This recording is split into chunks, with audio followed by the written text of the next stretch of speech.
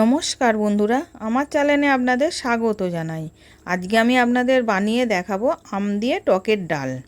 প্রথমে আমি হাফ বাটি মুসুর ডাল ধুয়ে রেখে দিয়েছিলাম। এবার কুকারের মধ্যে দিয়ে আমি সিটি দিয়ে নেব। এবার কুকারের মধ্যে দিয়ে দিলাম জল, দিলাম নুন, দিলাম হলুদ গুঁড়ো দিলাম, দিয়ে ভালো করে মিশিয়ে এবার চাপা দিয়ে দুটো সিটি দিয়ে নাবিয়ে রেখে দিয়েছি।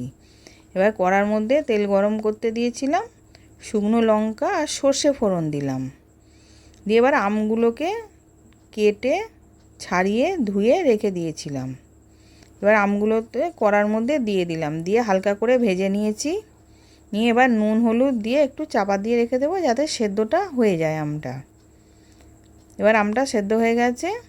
এবার ডালটা আমি কড়ার মধ্যে ঢেলে দিলাম, দিয়ে ভালো করে ফুটিয়ে নেব।